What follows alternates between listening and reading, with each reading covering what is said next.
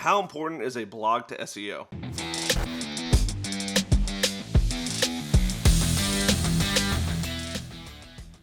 Hey, what is up, guys? It is Harrison Barron, the Millennial Entrepreneur, and you guys probably are looking at me in a very different light, different space. I am currently up in New York at my parents' house here, and I've made a little makeshift tripod here. But ultimately, I wanted to address this question. I was scrolling through Facebook the other day, and somebody's like, I don't understand why everybody has blogs and why it's really important for SEO. And I figured, wow, I have a lot of experience with this. So normally in my normal setup, I would actually show you guys what the benefits of having a blog is to your SEO. Unfortunately, because I'm traveling, I can't quite do that. But what I can share with you guys is the actual philosophy of why you do need a blog and why it's so critically important. Now, I'm going to link a video down below, which is, kind of what blogging does to your SEO, right? There's very much so a correlation.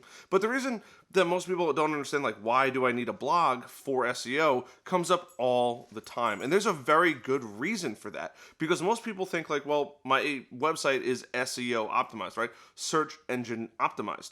That means your goal is to make your website look as good as possible to Google, Bing, Yahoo, all those search engines. But what a lot of people forget is there's only so much content that you could possibly have, right? So let's just think of your website as a house, right? Now, it's still going to determine or still going to do its required necessity, right? Whether it's to provide a home, or maybe it's to sell something, or maybe it's to provide goods and services, right? That's all super common for a house or maybe a store, right? But what it does do, or better yet, what a blog does, is it allows it to grow over time. And this is where a lot of people kind of get confused with it, right? So your website probably has maybe a half a dozen pages at most, right? Most of those pages are probably going to have less than 1,000 words. Believe it or not, most pages usually have about 500 to about 700 words on that page. So if you really think about it, right, even if we just give it round numbers, let's use 10 pages, right? And each page has 500 words,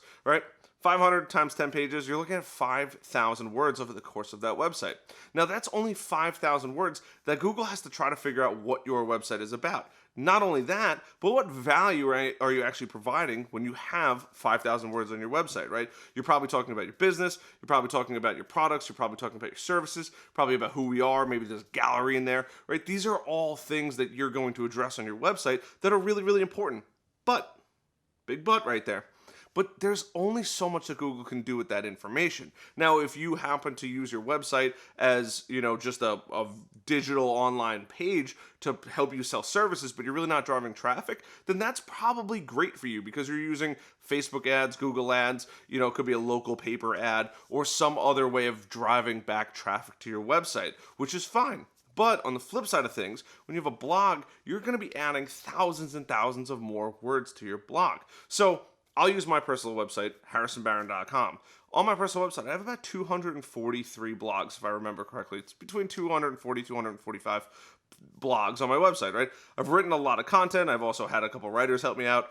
And this is really important because all of those blogs are minimum of 1,000 words. Some of them in the 2s and 3s, and some of the ones that I really, really go all in on are 3,000 to 5,000 words. So if we just use a blanket statement of 1,000 words per blog, right? It's mainly in a blog. There's really not too much information otherwise on there. But here's where it gets really interesting. That's 240,000 words, right? That's a tremendous amount of content. That means there's 240,000 words that Google has to then go through, understand, and really index. So that way, when somebody is curious or they're asking a question online, Google will then say, hey, you know what? HarrisonBarron.com actually solves this question. Let's show his website first. Or maybe it's second or on the top, 10 on Google, which is the first page. This is really, really important because a lot of people think like, well, yeah, I get found for my name, which is great. But if you have a ridiculous name, right? Rolex was a made-up name back in the day. And the reason why they picked that is because it was easy to say in every language. It was easy to spell, right? It wasn't already a word that existed. So this made it really, really easy. But it's all about driving that traffic back to that name, right? Otherwise, right now it's such a well-known brand, but if you search wristwatch, right, why would Rolex come up first? There's probably other sites that mention wristwatch and have tons of information about wristwatches instead of Rolex. And this is kind of where your blog begins to start to paint a picture to Google as to what you do and how you do it. This is really, really important because Google now has data and information to then match queries with your pages. And this is where it becomes so valuable. So a normal website, right? We'll use that example. You have 10 pages, 500 words per page, 5,000 words. Versus my website, which has 240,000 words. Who do you think is going to get more traffic to your website, right? And that just alone gives Google so much more content to then take that content and use it for other queries. And this is the beautiful part about it, right? Rolex is great, but if Rolex only has 500 words per page or 5,000 words on the website, I'm sure there's many more now, but back in the day, right, you'd have to specifically know what you're looking for. This is why it's so important. It's so important to think about this because most people think like, well, my website's optimized. And you're probably right. You have 5,000 beautifully written words on there. You probably have images on there. You've probably added some alt text to those images, which is great. But at the end of the day, you only have 5,000 words for Google to understand what your website is about. Now, if somebody searches your specific name or searches something that maybe you sell specifically, right, Google's going to know where to send that person. But for other companies, right, they want to have a blog. So that way when somebody types into Google, hey, what about this, or what about this, or what about this, or what about this, right? Now Google has information to then send somebody back to that website. And that's really the benefit of it.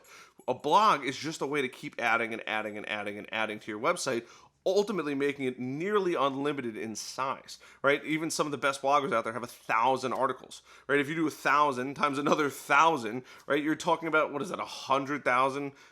No, more than that, 1,000,000 words, right? That's crazy. That's 1,000,000 words of content. And some companies have even bigger blogs. Some companies have much smaller blogs, but that's the premise of having a blog behind it.